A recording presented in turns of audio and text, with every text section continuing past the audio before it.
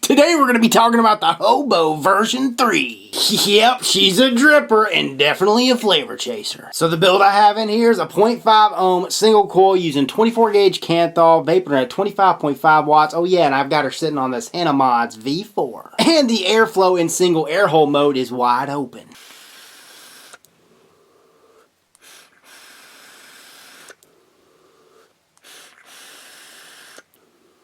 Pro number 1, she's made of surgical grade 316 stainless steel. 2, she's got a single or dual coil mode. This dripper has a 2-post design on the deck, similar to the Velocity RDA. It's got that offset positive post, which we'll see in the close-ups. The negative post is milled into the deck. So when you go to install your builds, okay, they are pretty much centered every time. A subjective pro to me is this thing uses hex screws, and I like hex screws. They don't ever back out. They make a more solid connection, a more efficient connection, and they do not clip my leads. The post holes are massive, and because they are massive, you can use your thicker gauge wire, 20 gauge or 22 gauge. I find this thing is great for nickel builds, for you nickel builders out there. Okay, you get a great connection. The flavor, ooh, the flavor is great whether you're running Canthal or nickel mode. You get that reduced chamber, and because you have that reduced chamber, you're going to get that kick-ass flavor. Okay, back to airflow. You have that adjustable airflow for your single or dual coil modes, okay, but it's not going to be that whooshy airflow, okay? For you cloud chasers out there, you're probably not going to like it. You're probably going to think it's just a little bit too restrictive. But for the flavor chasers, you're going to love it. It's got a gold-plated center pin in the 510 connection, which means it's going to be super conductive. Oh yeah. And this thing is a 22mm RDA, makes a connection with all my variable voltage, variable wattage devices, and my mechanical mods.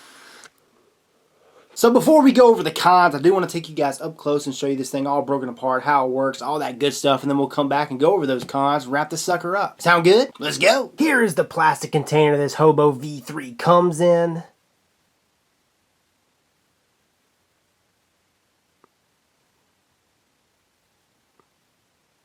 Pop the top, and then inside we got our Project Sub-Ohm Edition wide bore Delrin drip tip. Some extra goodies, and those goodies include an Allen key and 2 hex screws. And then down there at the bottom we got our Hobo V3. Here's a close-up look at this bad girl. First of all, a few specs for you. Okay, in width, she's 22mm, and then in height, with the Delrin standard Delrin drip tip she comes with, she's 25.5mm. Without the drip tip, she's 17.8mm in height. And then with the wide bore competition tip, she's 25.75mm in height. The Hobo V3 is primarily made of 316 medical grade stainless steel. The non-adjustable 510 pin is gold-plated copper. 510 threads are as smooth as a catfish's belly. At the base it says Project Sub-Ohm, because this is a Project Sub-Ohm edition. It says V3 and it says PSO. I'm assuming that's Project Sub-Ohm, and then the serial number 66. And as you guys can see, there is a bevel at the top of this device. This dripper is made up of 4 sections. First you have the top cap / adjustable airflow.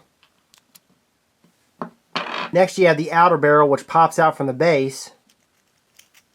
The detachable juice well, which unscrews from the deck. And then you have the deck section. Alrighty, so let's go ahead and start with the deck. You have a 2-post design. Negative post is milled into the deck. Positive post is offset. And as you can see, each post is square. Post holes measure 2mm by 3mm. Giant. You got those hex screws in each post, which screw down to make a connection with all your leads. That insulator you guys see down there is made of PEEK.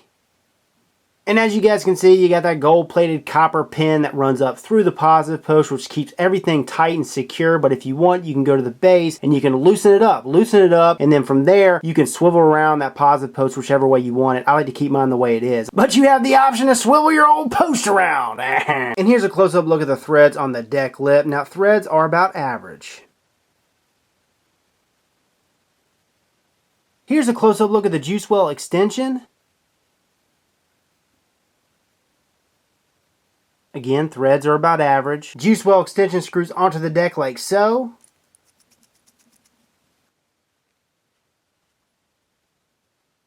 And here's a close-up look at the outer barrel. You got 2 slots, one on one side, one on the other, which are parallel, as you guys can see, and each slot is 7mm by 1mm.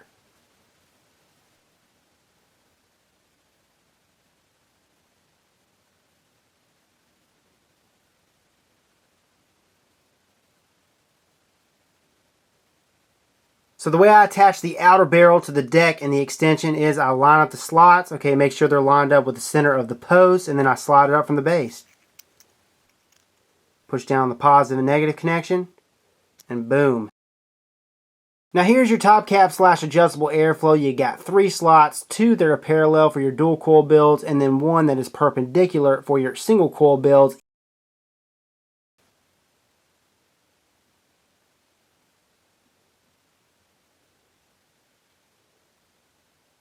To run this thing in dual air hole mode, you line up the 2 slots that are parallel on the top cap with the 2 slots that are parallel on the outer barrel.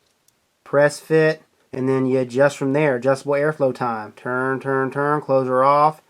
Same on both sides. Open her up. Same on both sides. And that's adjustable airflow for your dual air hole mode or your dual coil mode. To run it in single coil mode or single air hole mode, you just turn the top cap to the slot that's perpendicular. Line it up with one of those slots on the outer barrel. Press fit, and then adjust. Here's the standard Delrin drip tip that comes with this device. The bore up top is a little over 9 millimeters, about 9.2, 9.3 millimeters, but it tapers down at the bottom to about 6.3, 6.4 millimeters. She press fits into the V3 like so, and boom. Here's the Project Sub-Ohm wide bore Delrin drip tip that only comes with the Project Sub-Ohm Hobo version 3. You got your notches down here, your 3 notches down here, and this thing's supposed to take the place of the regular top cap / adjustable airflow. 12 millimeter bore up top, but it tapers down to about 8.5 millimeter at the bottom. Line her up like so, press fit. Adjust the airflow, close her off, close her off, close her off, open her up, same on both sides, wide open, turn it and run it in single air hole mode or single coil mode. Okay, see that? That's how it works. And that's how she looks with this Project Sub-Ohm wide bore Delrin drip tip. Personally, I'm not really a big fan of it.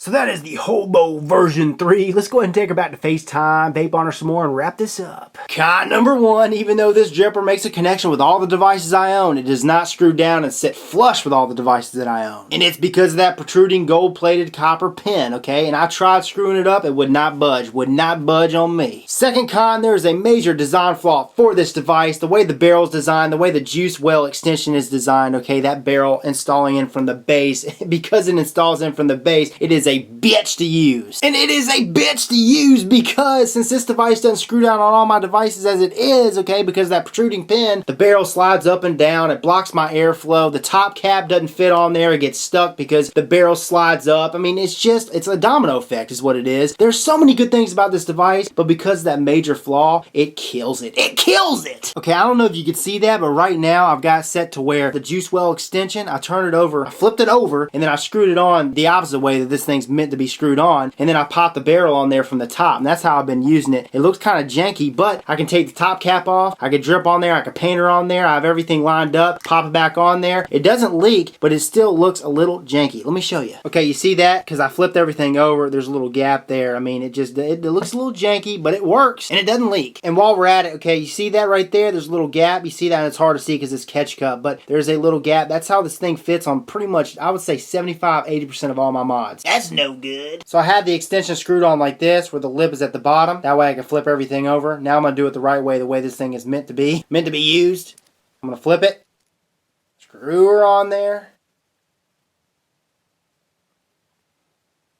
So now what I'm going to do is I'm going to pop the barrel in from the base like this thing is meant to be used or meant to be installed. Alright, from there what I'm going to do is I'm going to, before I put the top cap on there, I'm going to screw onto the device I'm using. And the issue I have is, because it doesn't screw down all the way, it just stops, the barrel just spins in place. And then she pops up and down, up and down, up and down, down, up, down. It's just a pain. It's a pain! And then when she pops down, she blocks that airflow. When I go to pop on my top cap, can't even do that because the barrel slid all the way down. So like I said, I flipped everything around. It's been working fine. There's no leaking, but still, it's not complete. It doesn't have that flush look. It doesn't screw down all the way. It's just a flaw, a major flaw. A message to the creator, Hobo, if you're watching this, man, you got to redesign that. You got to redesign the barrel. You got to redesign that extension. Love the 2-post design. Go study that Velocity RDA. It looks similar, but it's not there. That Velocity RDA is the best. It's the best out in the market right now, but here's the thing. You can make it better. You can make it better. So go do it. So the online vape shop that sent this dripper out and made a review for you guys is a shop by the name of Vapor DNA, vapordna.com. I'll have a link in the description. And Vapor DNA is selling this right now for $99.99. Now the big question, the big answer of the day, if I'd have lost it today, would I go out tomorrow and buy one? And the answer is nope, because all these flaws, man, all the flaws that I went over, gotta fix them. Gotta fix them. This is Rip Trippers, and remember, smoking is dead, vaping is the future, and the future is now.